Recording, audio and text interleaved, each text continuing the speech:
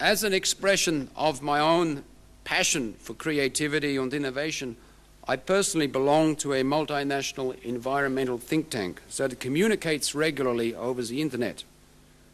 And one environmental issue that this particular think tank is trying to solve right here in Australia concerns the serious problems that you have with the small endangered population of legless lizards that live at Sydney Airport.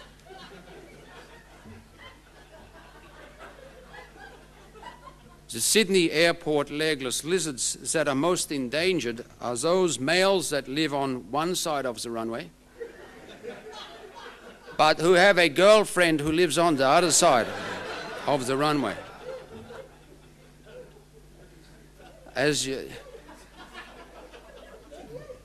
These lizards aren't laughing, I can tell you.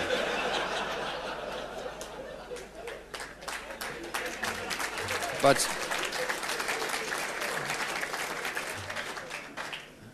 as you would expect, many of these lizard lovers are already dead. Unfortunately, they find it very hard to get out of the way of the planes.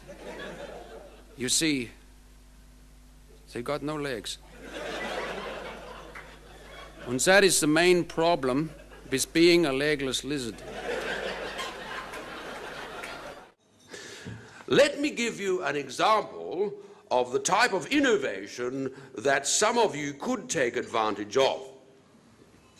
In the area of manufacturing, I am very much in favour of an approach called biomimicry, whereby manufacturing processes are modelled on nature's low temperature, low pressure assembly techniques.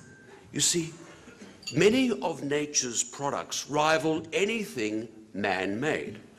For example, spiders make silk, which is as strong as Kevlar but much tougher, from digested crickets and flies, without needing boiling sulfuric acid and high-pressure extruders. And the abalone makes an inner shell twice as tough as ceramics. An amazing achievement for such a basic animal.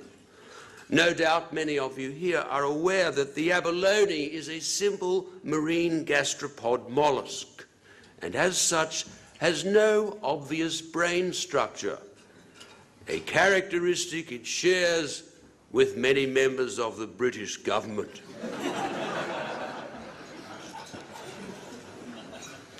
So let us humans try to mimic these natural, low-impact processes in our own design and manufacturing activities.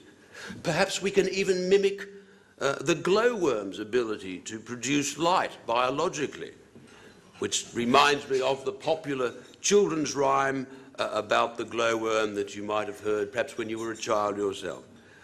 I wish I was a glowworm's never glum, 'cause how can you be grumpy when the sun shines out your bum?